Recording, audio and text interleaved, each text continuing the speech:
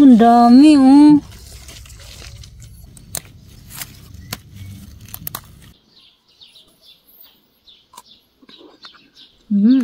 Mag-harvest tayo ng strawberries today or this evening. Anyway, time check. 8 and 1 minute. Kunti lang naman ang itinanim kong strawberries last year. Kaya kunti lang din ang i-harvest natin. So, ang ganda ng mga flowers ko, guys. Diba? Ito. Ayan po. Super ganda nila. Ito guys, nakalimutan ko ng pangalan ng bulaklak na to. Parang bushes lang siya. Halika! Misa!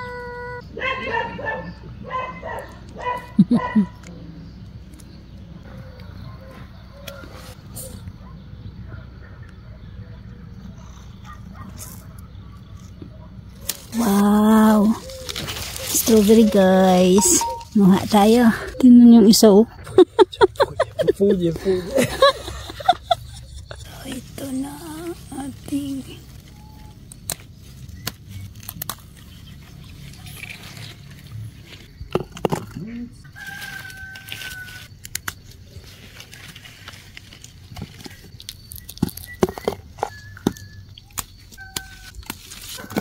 ito, malaki siya guys, oh.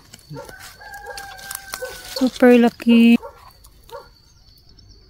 Ito, dalawang malalaki na strawberries. Ito pa. Malaki din siya guys. Malaki, oh. Heart shape. Ang cute.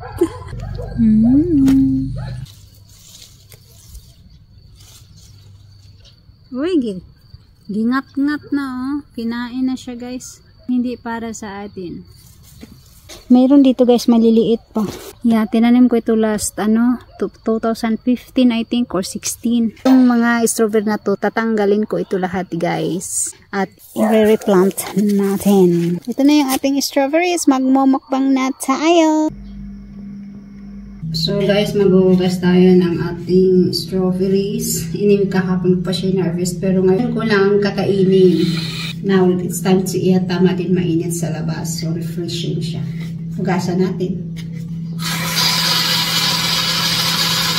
Parang pinainan na ito ni Darling. Kasi ito konti na lang. Daming buhangin.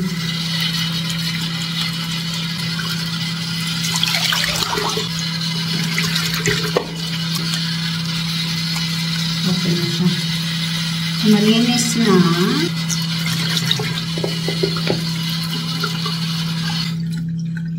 Uy, ba't andyan ka? Andyan sa table talaga, ha? So, ito na. Titikman na natin yung ating strawberries. So, guys, ito yan siya.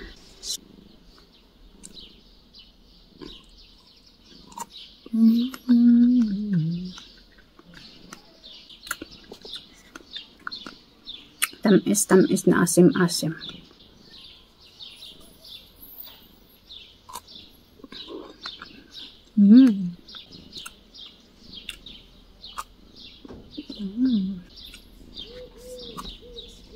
Ito may hiwa.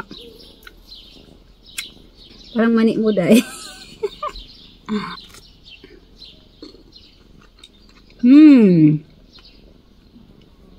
Matamis siya. Yung may diki.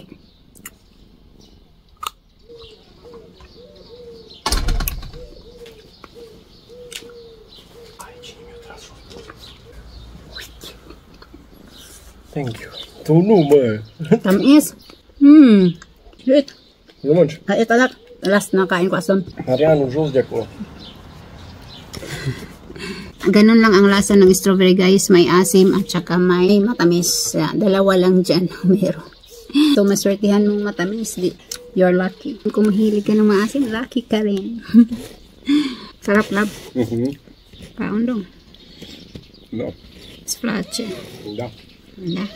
It's finished! Tapos na namin kinain yung aming strawberries. So, this is all about our video for today and I hope you enjoy watching. Bye! Bye!